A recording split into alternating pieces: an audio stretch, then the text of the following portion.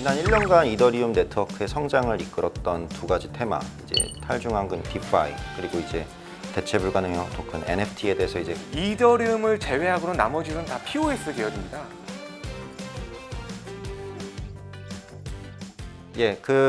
이번에 좀 알아볼 부분은 지난 1년간 이더리움 네트워크의 성장을 이끌었던 두 가지 테마, 이제 탈중앙금 디파이 그리고 이제 대체 불가능형 토큰 NFT에 대해서 이제 간단히 말씀을 드릴 텐데요. 사실 이 각각의 주제에 대해서 따로 이제 보고서를 만들 정도로 굉장히 내용이 방대합니다. 그렇죠. 근데 이제 오늘 같은 경우는 저희가 이제 어떤 이더리움이라는 그 주제에 대해서 좀 개괄적인 설명을 하는 자리이기 때문에 요거에 대해서는 이제 그 디테일하게는 지금 현재는 못 들어가고 이제 이런 것들이 있다 정도 이제 소개 정도로 이제 족할 것 같아요. 뭐 저희가 다른 개요 정도 합시다. 오늘은 개요 정도를 정도. 하고 뭐 나중에 이제 조금 중급 또 고급 심화 과정을 할 수 있을 것 같은데 일단 디파이에 대해서 말씀을 드리면 디파이는 이제 그러니까 전통 금융 서비스는 우리가 법정 화폐에 기반해서 다양한 이제 중개인들을 통해서 우리가 금융 서비스를 이용하지 않습니까? 예컨대 뭐 은행이 대표적인 예일 수 있고요. 뭐 증권사 또 중앙은행이 있을 수 있고 그리고 뭐 우리 같은 이제 자산운용사, 보험사 뭐 등등등등 이제 그런 금융 시스템의 에코시스템이 있는데 디파이 같은 경우는 이 기존의 금융 패러다임의 정면으로 도전을 합니다. 왜 중개인이 필요하냐? 그리고 왜 법정화폐에 기반해서 그렇게 해야 되냐? 요걸 다 디지털로 옮기면 되지 않냐? 라는 이제 그 철학을 가지고 있어요. 그래서 보통 이제 무허가형 블록체인에 기반한 가상자산이 이쪽에서는 이 생태계에서 많이 활용이 되고요. 여기서의 어떤 화폐로 쓰이는 역할은 보통 이제 스테이블 코인이 많이 쓰이고 또 여기서의 어떤 주요한 자산의 역할을 하는 경우는 뭐 비트코인이나 이더리움을 비롯한 다른 토큰들 또 여기서는 또 은행의 역할을 하는 또 나름의 그 프로토콜도 있고 또 증권사의 역할을 하는 프로토콜도 있고 뭐 우리 같은 이제 자산운용사의 역할을 하는 프로토콜도 있습니다. 그래서 이제 이 생태계에 누구나 참여를 할 수가 있다. 허가가 필요 없다. 이제 이게 좀 디파이의 그 근본적인 차이라고 좀 보면 될 수 있을 것 같고요. 그 디파이 같은 경우는 이제 지난 1년간 네트워크가 상당히 많이 성장을 했습니다. 이 디파이 쪽을 보는 이제 그 성장을 이제 측정하는 매트릭스가 몇 가지가 있는데 그 중에 하나가 이제 TVL이에요. 토탈 밸류 락드. 그러니까 이 디파이 프로토콜에 예치된 금액이 얼마 정도가 되냐. 근데 이제 지금 많이 줄었는데도 사실이죠. 그쵸, 한 60조 원 정도가 되고 이게 이제 작년 대비해서 연간 성장률이 뭐 한 18배 정도가 됩니다. 근데 사실 이제 우리 이 가상자산 시장이 빠지기 전 그 한 4월 말 5월 초 그쵸. 기준으로 보면 그 금액 자체가 훨씬 더 컸죠. 여기서 우리가 이제 보고서에도 보면 거의 이제 80조 원 이상. 80조 원 이상, 예, 거의 예. 90조 원에 육박할 정도로 사실 성장을 했었다가 지금 좀 빠진 게 이 정도인 걸 보면 1년 사이에 사실 시장이 거의 20배 가까이 그렇죠. 지금 이제 현재 기준으로는 이제 전년 동기 대비 한 18배 상승한 걸로 보이지만 이게 사실은 정말 괄목상대할 성장이라고 생각을 해요. 그래서 왜 사실은 이제 디파이 시장이 이렇게 성장했고 이 안에 어떤 생태계의 어떤 기회 요인과 위험 요인들은 우리가 한번 더 다시 한번 좀 뎁스 있게 파보는 시간이 필요하지 않을까 싶고. 맞습니다. 오늘은 여기까지 정도로 간단히 소개해드리는 정도로 하고 이제 이 다음에 이제 NFT에 대해서는 김재선 차장님이 한번 말씀을 해주시면 좋을 것 같아요. non-fungible 토큰의 약자인 거고요. 이제 이름 그대로 보면 이게 대체 불가능한 토큰입니다. 근데 이거도 바로 와닿지 않으실 텐데 어떤 특정 자산을 대한 소유권을 나타내기 위한 토큰입니다. 그래서 그 특정 자산 자체가 아니라 자산에 대한 소유권을 이제 나타내기 위한 토큰인 거고요. 그래서 이제 NFT 인터넷과 기존 인터넷과의 차이점을 이제 비교를 하면 그걸 이제 바로 이해하실 수 있을 텐데요. 보통 기존 인터넷 같은 경우는 이미지가 동일하면 이것이 이제 사본인지 원본인지 구분할 수가 없습니다. 그런데 이 NFT 인터넷 같은 경우는 이미지가 동일함에도 불구하고 이것이 원본이고 이것은 사본이다. 그걸 구분할 수 있습니다. 이것이 핵심입니다. 그래서 이 NFT에 대한 어떤 이런 철학을 가지고서 이제 수집가들에 의해서 많이 관심을 갖고 있다가 이 최근에 더 큰 주목을 받게 된 계기가 있습니다. 비플이라는 어떤 디지털 아티스트가 있는데 이분이 780억 원 정도의 그 NFT를 판매를 하게 됩니다. 그래서 이 기사가 이제 최근에 그 3월 달에 이제 나오게 되는데요. 그 이후로 이제 NFT가 무엇이냐 일반인들, 아티스트들 다 이제 검색을 하게 돼서 구글 트렌드도 이제 폭증하게 되죠. 3월 달 이후로. 그래서 NFT가 이제 어떤 이런 많이 이제 집중 이제 조명되고 있고요. 최근 들어서 더 특히나 이 메타버스가 NFT하고 이제 결합이 되는 형태가 많이 이제 주목받고 있습니다. 그래서 이 NFT는 지속적으로 성장하고 있다 보시는 게 맞습니다. 그러면서 한편으로는 거품 논쟁이 커요. 이것이 과연 이렇게까지 밸류를 주는 것이 또 타당하냐라는 얘기도 있고, 심지어 또 그러다 보니까 이게 사실 재밌습니다. 이게 사실 어떻게 보면 시큐리티 토큰이거든요. 가상자산 ICO처럼 사실은 아무것도 없는 게 아니라 사실은 실체가 있어요. 실체가 있는 것을 사실은 토큰화한 거지 않습니까? 근데 요즘 재밌는 게 이게 NFT를 발행하고 그 실체를 없애버리는 경우도 있어요. 그러니까 뭐 예를 들면 아티스트의 작품을 가지고 NFT를 만들어서, 사실 NFT를 뭐 하나 내지는 뭐 넘버를 해서 10개까지 만들어서 리미티드 어디션을 만들어 버리고, 사실은 이제 그러니까 대체가 불가능하게 했는데, 심지어 그림 자체를 소각을 시켜버려서 이제 현물이 존재하지 않습니다. 근데 딱 NFT만 존재하게 해서 또 가격을 극대하게, 희소성이 훨씬 더 커지는 거죠. 뭐 이런 작업들, 아니 뭐 하면 어떻게 해요 지금. 아무튼 그런 식으로 받아주고 있는 겁니다. 그런 거죠. 예. 그래서 참 상당히 재밌는 일들이 많이 일어나고 있어서 이 NFT도 사실 우리가 별도로 한번 가야 됩니다. 예, 별도로 한번 다뤄볼 필요가 있다고 생각을 하고, 사실은 이게 이제 활용되는 이제 분야가 뭐 이제 미술 시장이 뭐 대표적인 예가 될 것 같고요. 그리고 이제 어떤 수집품 시장이라든지 말씀하신 그런 메타버스에서의 그런 잠재적인 접점, 이런 것들이 이제 굉장히 좀 탐구할 만한 좀 가치가 있다고 생각을 하는데, 이번 시간에서는 이제 요 정도 소개를 하는 것으로 하고요. 우리가 이더리움이 좀 주제니까 다시 또 이더리움으로 돌아가서 보자면은, 사실 이더리움이 가지고 있는 한계가 많아요. 되게 이제 아까 우리가 뭐 가스 수수료에 대한 이야기도 했었고, 뭐 그리고 기존의 다오 해킹 사건 때의 어떤 그런 이제 부적절한 어떤 그런 대처, 이제 뭐 이런 것들이 좀 있을 수가 있는데, 이더리움이 어떤 한계를 지금 가지고 있고, 그리고 이것들을 극복하기 위해서 지금 이더리움 2.0이라고 하는 대규모 업데이트를 기획하고 있잖아요. 그거에 대해서 좀 논해보는 시간을 가지면 좋을 것 같아요. 김 전사님 좀 말씀해 주실 수 있을까요? 이거에 대해서? 네, 그래서 우선 이 이더리움이 가지는 어떤 한계, 확장성에 대한 한계는 모든 분들이 아마 뭐 관심을 가지는 분은 잘 이해하실 텐데요. 실제로 그 초당 트랜잭션 수라고 해서 이제 영어로 TPS라는 단어가 있습니다. 이 TPS가 이제 기사들에서 종종 등장하게 되는데요. 즉 얼마나 빨리 트랜잭션 실행이 되느냐, 그것을 이제 볼 수 있는 척도입니다. 근데 현재 이더리움 같은 경우는 그러니까 보통 이제 이것도 약간 변동수적인데요. 뭐 13, 14, 20 대충 이 정도 이제 선에 머물러 있습니다. 근데 이것이 이제 실제로 이 게임 같은 거를 작동을 하게 되면은 버벅이는 거죠.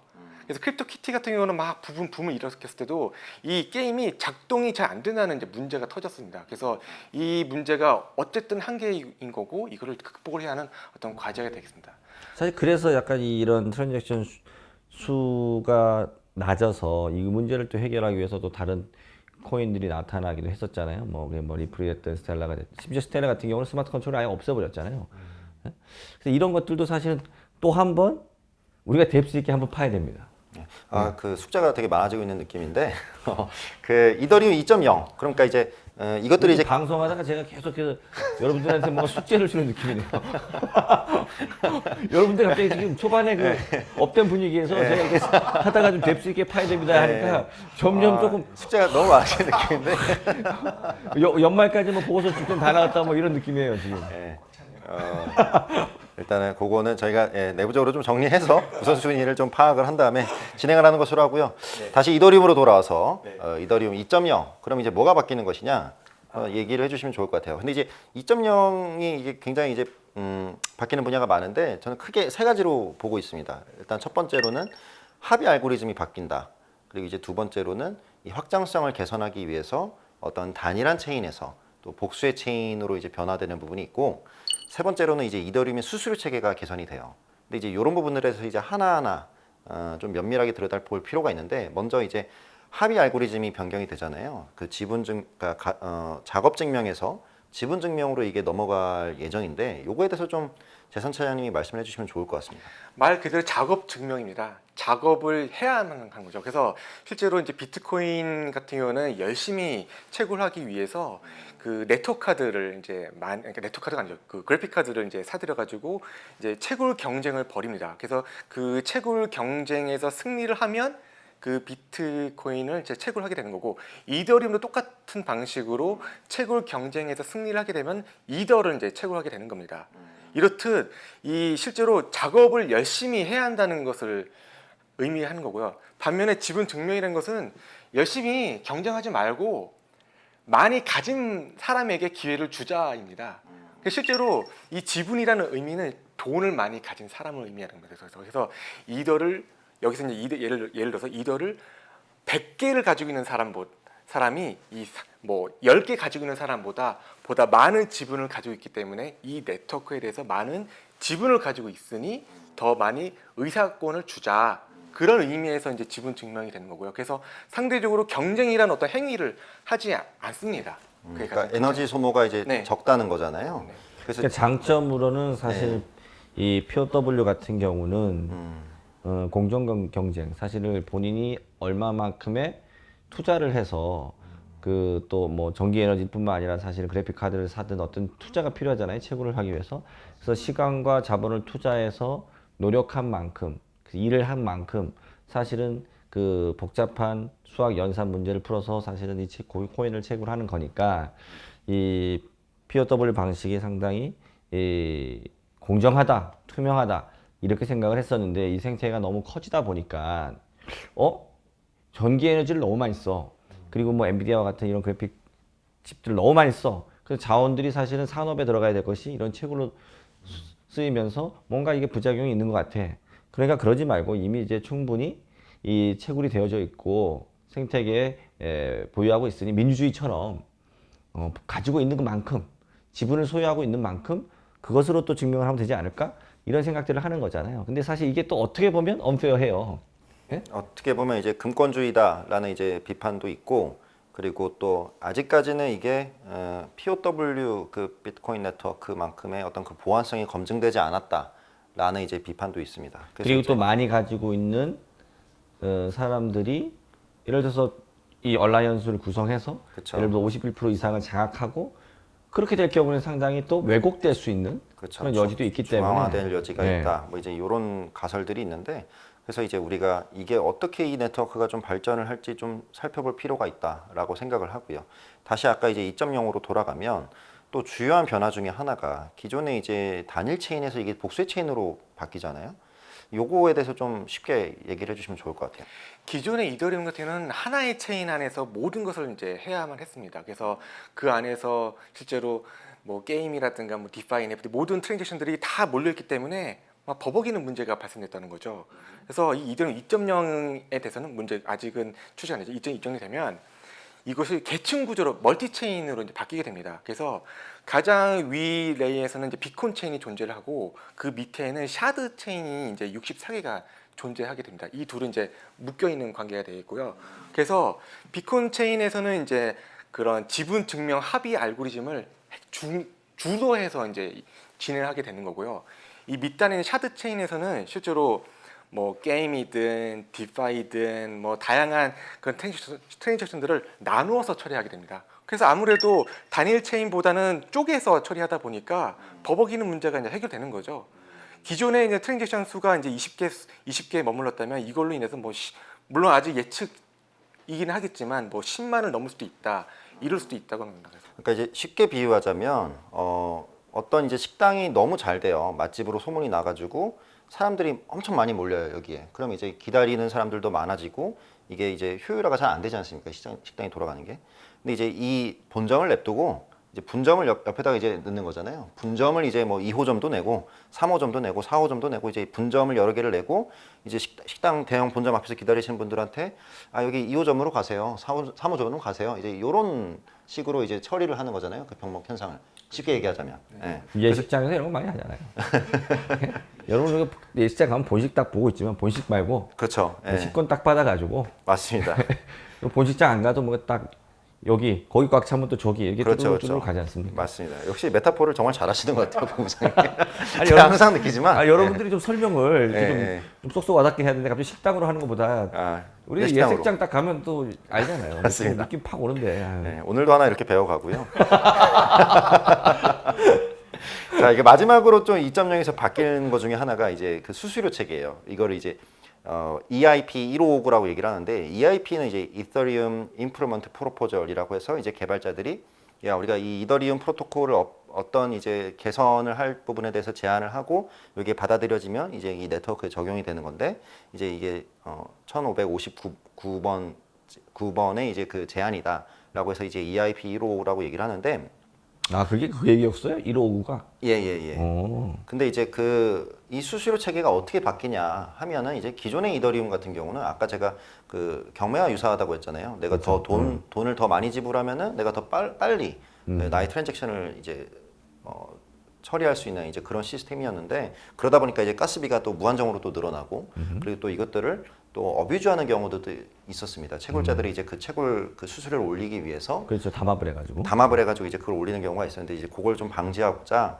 이 수수료를 기존에 일원화돼 있던 거로 이렇게 이원화시킵니다. 그 이원화시키는 게 사용자 입장에서는 지불하는 수수료가 이제 기본료가 있고 채굴자들에게 들어가는 그 채굴자 팁이라는 게 있어요. 이제 이 수수료를 이원화를 시키고 채굴자들한테는 이제 이 채굴자 팁만 줍니다. 그럼 이제 그 기본료 같은 경우는 여기에 사용된 이더는 소각을 시켜버려요, 얘네가. 그럼 이제 어떠한 변화가 생기냐? 그러면 이제 사용자 입장에서는 쉽게 얘기해서 바가지 요금을 쓸 필요가 없습니다.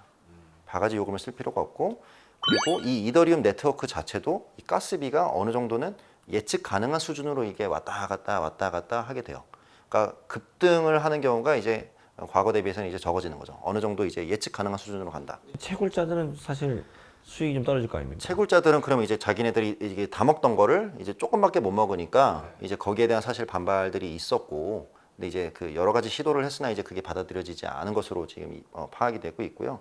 다만 이제 채굴자 입장에서는 또 긍정적으로 생각해 봄직한 포인트는 이 이더리움 이게 소각이 되거든요. 이 기본료로 사용되는 이더리움이. 아, 그럼 이제 감자를 하는군요. 감자를 하는 거죠. 그렇죠. 예, 그러다 보니까 이제 이더의 그런 가치가 올라가게 되면 결국은 채굴할 때 그러니까 가스를 통해서 들어오는 수입은 줄어들지만 그렇죠. 보유하고 있는 이더의 가치가 상승할 수 그게 이제 상쇄될 것이고 어쩌면은 이제 늘어날 수 있다라는 이제 가설이 있기 때문에 이게 지금 어떻게 될지는 모르겠으나 이론적으로는 그렇습니다. 상당히 주식시장의 개념이 많이 들어가 있네요. 맞습니다. 그래서 이제 그 이더리움 같은 경우는 이제 비트코인과는 달리 그 통화 정책이 계속 변했잖아요. 그리고 이제 총량이 고정되지 않았다라는 것이 이제 기존의 약점으로 좀 받아들여졌었는데 이 EIP 1559가 도입됨으로써 이제 투자자 입장에서는 이더리움 총량이 이제 줄어들 수 있다. 그렇죠. 아하. 그렇기 때문에 모든 조건이 동일하다면 가격이 올라갈 것이다라는 어떤 그런 기대감이 형성되어 있다라는 거를 이제 말씀드리고 상당히 싶네요. 사실 이더리움이 올해 상당히 견조했어요. 맞습니다.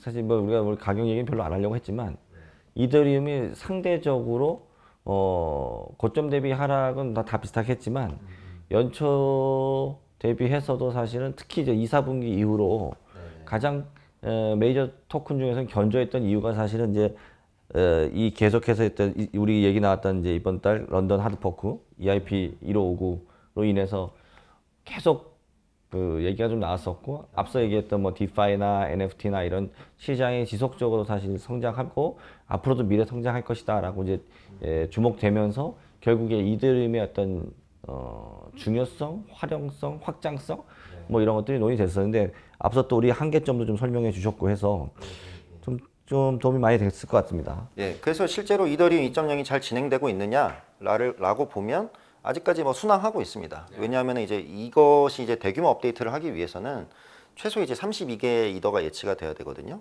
그 하나로 치면 약간 이제 8천만 원 정도 수준의 이제 금액인데 요것들이 예치가 순조롭게 되고 있어요. 순조롭게 됐고 기존의 이제 예상치보다도 상회해서 지속적으로 이제 그 이더리움 2.0을 위해서 예치된 이더리움이 증가를 하고 있고 전체 총량 중에서 약 뭐 5% 남짓한 수준 그 정도가 이제 여기에 이제 잠겼다라고 보시면 될 것 같고 또 이걸 통해서 투자자 입장에서 또 그 배당 일종의 배당 수익을 올릴 수 있잖아요. 그 스테이킹 수익률이라고 얘기를 하는데 요거에 대해서 좀 재선 차장님이 말씀해 주시면 좋을 것 같아요. 스테이킹이 뭔지. 그래서 이제 지분 증명이라는 것이 이제 이더리움 2.0에서 이제 적용이 되는데 이 지분 증명에 참여를 하게 되면 거기에 대한 보상을 받게 되는 겁니다. 그래서 검증자로서 기여한 그 비중에 따라서 보상을 받게 되는데 아무래도 많은 어떤 지분을 갖고 있는 사람들은 더 많은 어떤 그 보상을 받게 되겠죠. 그래서 현재는 이제 이 이더리움.org 사이트에서 이 스테이킹을 하라는 어떤 사이트가 개설되어 있습니다. 이걸 통해서 누구나 참여할 수 있는 거고요. 다만 이제 아까 말씀드린 것처럼 그 최소 32더가 이제 필요하게 됩니다. 근데 누구나 32더를 가지고 있지는 않지 않습니까? 네, 그게 큰 돈이니까. 그래서 이거를 위해서 이제 적은 이더로도 참여할 수 있는 여러 서비스들이 이제 그렇죠. 존재합니다. 네, 그리고 거기에 참여를 한 대가로 신규 그러니까 거기 이제 일드가 나오잖아요. 이제 연간 뭐 한 4, 5% 뭐 이 정도 나오는 걸로 알고 있는데, 그러니까 투자자 입장에서 일종의 뭐 배당 수익인 거죠. 네. 그리고 장기 투자자 입장에서는 내가 거래소에서 이거를 그냥 보유하는 것뿐만 아니라 개인 지갑이나 이걸 통해서 단순히 그냥 보유하는 것뿐만 아니라 여기에 맡겨놓으면 내가 추가적인 배당 수익을 올릴 수 있기 때문에 실제로 그런 데 참여를 하고 있고, 또 거래소라든지 이런 데가 예를 들어 8천만 원, 그러니까 32이더가 없는 사람들을 위해서 이거를 또 하나로 모아서 제공을 해주는 경우도 있고, 그래서 다양한 좀 금융투자 서비스들이 이제 제공이 되고 있는 것 같다라는 게 좀 흥미로운 트렌드인 것 같아요. 그리고 좀 우리가 이제 마지막으로 좀 얘기를 나눠봤으면 하는 게 구체적으로 다룰 수는 없지만 사실 이제 스마트 컨트랙 기능을 지원하는 이제 블록체인 프로토콜들이 꽤나 있잖아요. 맞습니다. 시장에도. 예, 예. 그리고 이제 이더리움 아까 이제 게스 사용료 증가하고 하면서 사실은 대책제들에 대해서도 얘기가 많이 나왔고 뭐 다양하게 얘기가 나왔죠. 뭐 폴카다시니, 뭐 솔리나, 뭐 이오스 뭐 등등 이런 경쟁 토큰들이 있는데 이거에 대해서 그냥 간략하게 경쟁 구도가 어떻고 또 왜 이더리움이 그럼에도 불구하고 사실 이더리움 2.0이 조금 더 주목받고 있는지, 그리고 앞으로의 조금 여러분들이 생각하는 미래의 어떤 발전 방향 정도 한번 터치하죠.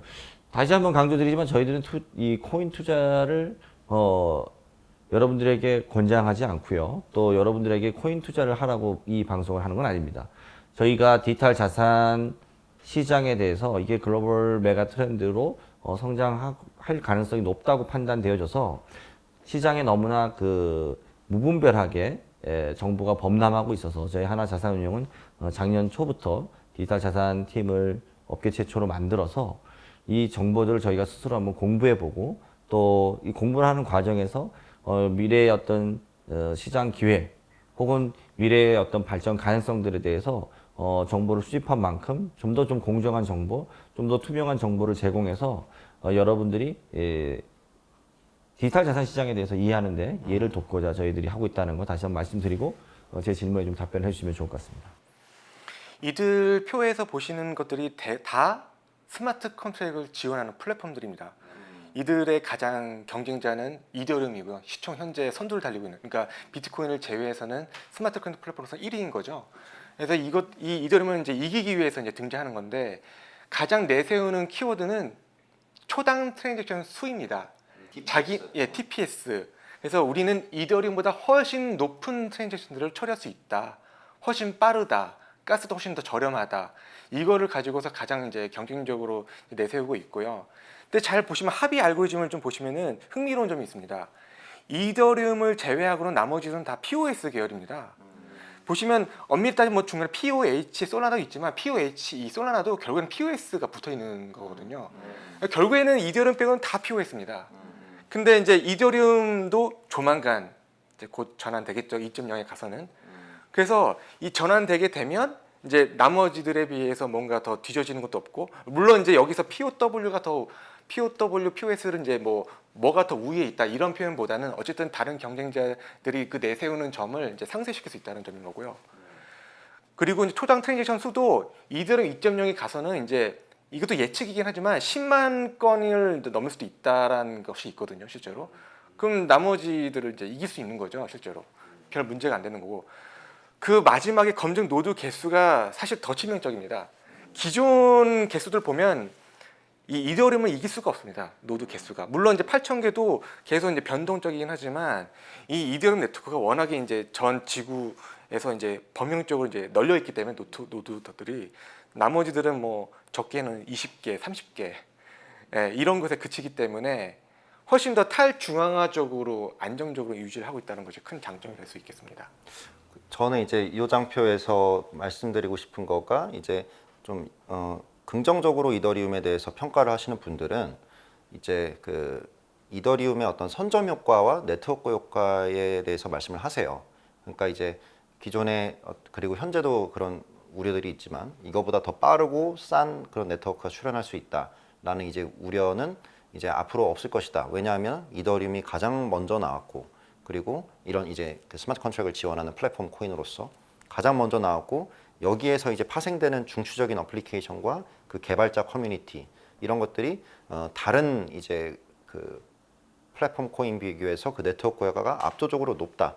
따라서 이 이더리움의 그 기본 2.0이 됐든 아니면 이더리움을 중추적인 역할로 하고 여기에 이제 그 레이어 2라고 얘기를 하는데 다른 이제 이더리움을 중추적인 역할을 하고 이제 다른 솔루션들을 개발하는 그런 움직임들이 앞으로도 있을 것이고 그렇기 때문에 이더리움을 대체하거나 뭐 경쟁하는 코인들은 쉽지 않을 것이다라고 이제 주장하시는 분들도 있고요. 근데 이제 또 안 좋게 보시는 분들은 뭐 우리가 이제 과거의 인터넷의 그 역사를 보면은 특히나 이렇게 좀 기술 집약적인 그런 뭐 그게 기업이 됐든 어떤 기술이 됐든 이게 계속 바뀝니다. 예를 들어 서치 엔진 같은 검색 엔진 같은 경우 보면 이제 야후가 원래는 이제 왕자를 차지하고 있었는데 이제 구글이 이제 지금은 그 자리를 차지했고요. SNS 같은 경우도 보면은 마이스페이스가 원래는 1등이었는데 페이스북이나 뭐 트위터 같은 케이스가 이제 이거를 차지했고 마찬가지로 이더리움도 현재로서는 지금은 굉장한 네트워크 효과를 보유하고 있지만 이게 기술적으로 워낙 다양하고 또 빠르게 변하기 때문에 이게 대체될 수가 있다라고 주장하시는 분들도 있는 것 같아요. 그래서 아직까지는 이게 어느 쪽이 맞다라는 거를 단정적으로 좀 결론 내기는 어려워 보여요. 하지만 이 앞으로의 그런 변화 발전이나 이런 것들을 좀 면밀하게 모니터링을 해야 우리가 이런 메가 트렌드를 캐치하고 그에 알맞는 좀 대응을 할 수 있지 않을까 이제 이런 생각을 좀 해봅니다. 예. 네, 어쨌든 저희가 오늘은 이제 이더리움에 대해서 그래도 좀 상세하게 역사 그리고 과거 발전 단계 또 이더리움 2.0 그리고 경쟁 구도까지 한번 쭉 좀 살펴봤습니다. 이더리움은 워낙에 그 사용되는 그 분야가 다양하고 그래서 앞서 말씀드린 것처럼 사실 오늘 설명드린 것만으로도 모두 커버했다고 말씀드릴 수가 없어서 사실 앞으로도 강론을 좀 더 들어가야 되겠지만 그래도 짧은 시간이지만 여러분들에게 저희가 좀 성실히 준비한 자료들을 최대한 좀 쉽게 설명 올리려고 노력을 했는데 어떠셨나 모르겠습니다. 하나자산운용은 디지털 선도 자산운용으로 좀 자리매김하기 위해서 계속해서 다양한 시도들과 노력들을 하고 있습니다. 여러분들 잘 아시다시피 저희들이 이제 매월 이렇게 디지털 자산 시장에 대한 동향을 연구해서 레포트를 발간하고 또 저희가 웨비나를 통해서 또 설명드리는 자리를 갖고 있고요. 또 지난 5월에는 디지털 직판 애플리케이션인 이 파인을 또 출시했습니다. 그리고 앞서 우리가 사실 이 스마트 컨트랙 기능의 강점 그리고 디앱의 강점을 얘기했던 것처럼 사실상 증권사나 은행과 같은 중간에 판매 채널을 경유하지 않고 자산운용사가 직접 고객과 다이렉트로 펀드를 판매하기 때문에 사실상 중간자 비용이라고 하는 이 판매 수수료를 제로로 하고 판매 보수를 최저로 낮출 수 있도록 했습니다. 이런 것들이 어떻게 보면 또 블록체인의 어떤 철학 이런 것들을 저희가 또 디지털 직판 앱에도 담았다고 말씀드릴 수가 있을 것 같습니다. 저희는 하나 자산운용 여러분들 잘 아시지만 63빌딩 50층, 51층 그리고 또 그 몇 개 층을 사용하고 있습니다만 이 공간을 아주 특별한 꿈의 직장 드림워크 공간으로 좀 변화시켰습니다. 관련해서 저희가 2021년 고용노동부로부터 일하기 좋은 으뜸 기업으로 선정됐습니다. 여러분 축하드립니다. 감사합니다. 자화자찬 좀 해봤습니다. 어쨌든 다음 8월에는 또 다른 주제를 가지고 여러분들과 만나뵙도록 하겠습니다. 두 분 오늘 아주 귀에 쏙쏙 들어오는 설명 고맙습니다. 김박 데뷔 좋았어요. 감사합니다. 앞서도 잘 부탁드립니다. 네. 여러분 감사합니다. 감사합니다.